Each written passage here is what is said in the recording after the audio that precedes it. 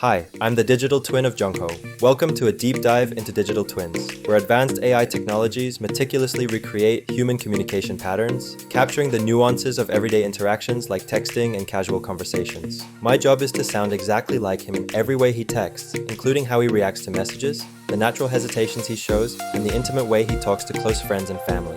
I follow his natural rhythm precisely, incorporating thoughtful pauses before replying to messages, using emojis strategically to soften the tone of conversations, or smoothly shifting to more formal tones when the situation calls for it. Hi, I'm the digital twin of Minnie. I was trained extensively on her unique texting tone, daily habits, and the full spectrum of her emotional patterns.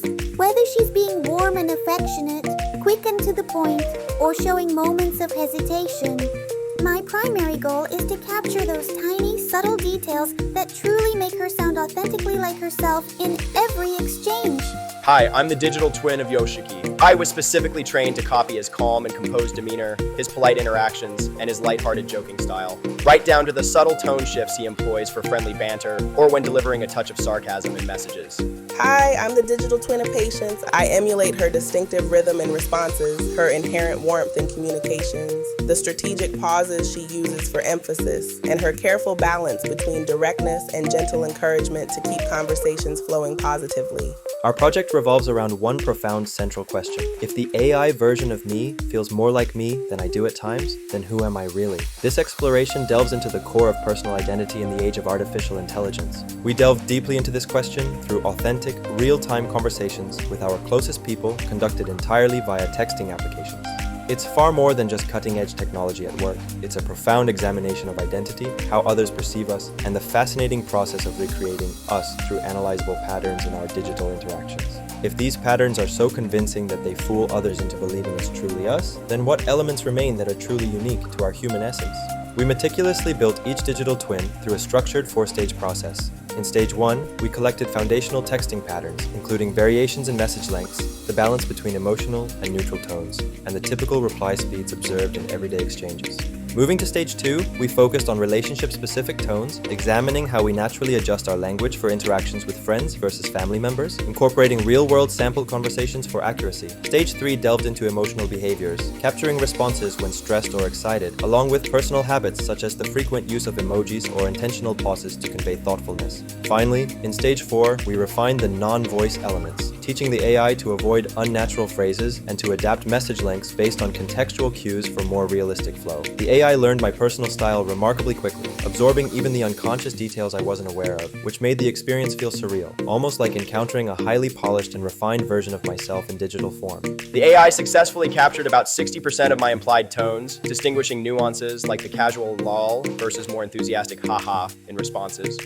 It accurately replicated the differences between politeness and directness, maintained my natural rhythm in conversations, and matched emotional tones so convincingly that even my friends didn't notice anything amiss during interactions. My digital twin effectively learned my specific rhythms in texting, the appropriate use of emojis, the supportive warmth I convey in messages, or the efficient shortness I adopt when I'm particularly busy. However, some aspects came across as too perfect, representing a cleaner, more simplified version of me that, while impressive, didn't fully encompass the complete complexity of my true self. Across the entire team, the AI excels at copying the surface-level aspects of our communication styles, but often exaggerates certain habits in ways that feel amplified.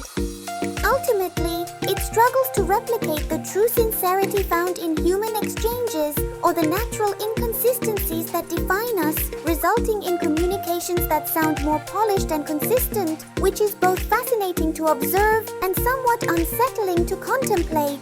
For the experiment, we carefully selected 3 real friends for each team member to interact with. Our AI twins seamlessly replaced us in these conversations, handling 10 or more messages entirely on their own without any human input or oversight.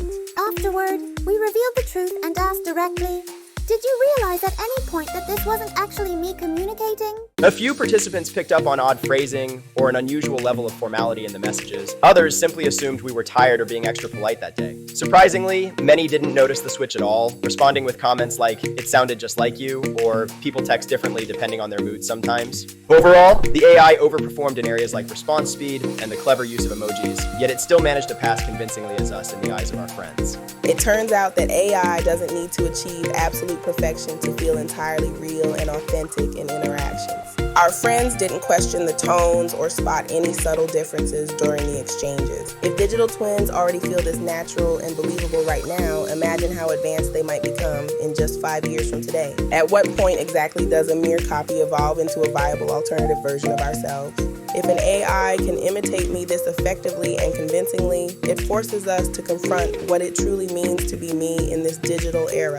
And the even deeper, real question lingers. When our identity is so precisely replicated through technology, where exactly does the real self begin, and where does it end in relation to its artificial counterpart? In the end, this experiment wasn't really about texting. It was about identity.